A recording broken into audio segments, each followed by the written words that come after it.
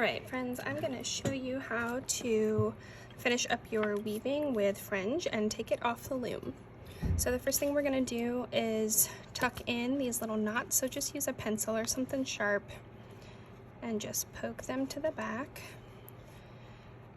because we're going to have the back side be kind of like the messy side and the front will keep nice and organized. So I'm just poking that in. Boop. A couple more. I'm just hiding them. Every weaving has some knots and little imperfections, and that's just a part of the process, but we hide them the best we can. Here we go.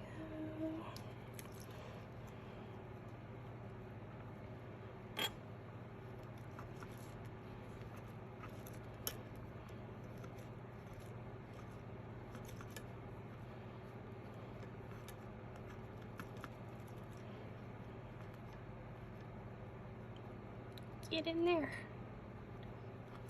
There we go. And then we'll just get this last one. Boom. Okay, so that looks good. Now, to finish off this fringe, we are going to grab, I like to do 2 or 3 together. So I already pre-cut those. You can decide how long you want yours. So you're gonna take your string, fold it in half in your hand, like this. You're gonna slide it under one of your warp strings. Hopefully you can see that. So now you've got your loop and your tails. That loop is gonna eat those tails. So push those tails through the loop like this and pull tight. There you go. Let's do that again. So again, I'm gonna take 3. I might have to cut some more. I'm gonna fold it in half in my hand,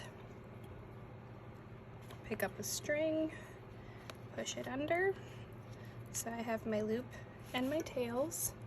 I'm gonna push the tails through the loop and pull tight. Slide it up.